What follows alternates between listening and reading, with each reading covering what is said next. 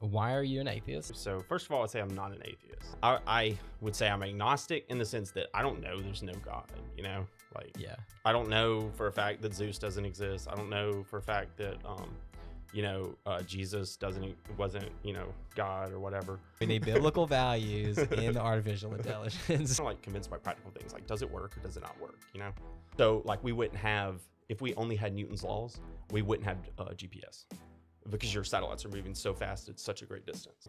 I think for me, it's not about being an absolute truth of the universe. It's what am I trying to do? And are these tools useful for what I'm trying to achieve? You're using that, the flood, that story to say, well, all the diversity on the planet is due to the animals in the boat.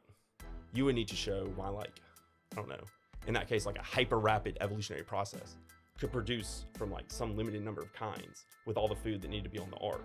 Why not only it could have done it, but it is a predictive process that is the most likely thing to have done it. God had to make that first protein because how do you get 150 amino acids perfectly lined up? Yeah. And you got to replicate and all that kind of stuff. You could replace that. I think God did that with anything as your explanation, and it's equally valid. Either think a supernatural force acted to make that happen, or it was just a natural force. Yeah. If Christ is God, he didn't think he was too good to enter into our suffering. He came to earth. I think that's a pretty big statement, to enter into our suffering and then to be crucified as an innocent person. The worst act in the history of the world was killing the only innocent person that ever lived. Does that reconcile it for you? It seems like just another atrocity on top of atrocities. It's horrible. Yeah. But if he did rise from the dead, it's saying he conquered the worst act that has ever been done. Yeah. There's hope in suffering. Yeah.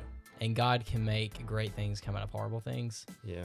And if the promise of Scripture is true, there will be a renewed heaven and a renewed earth. Yeah.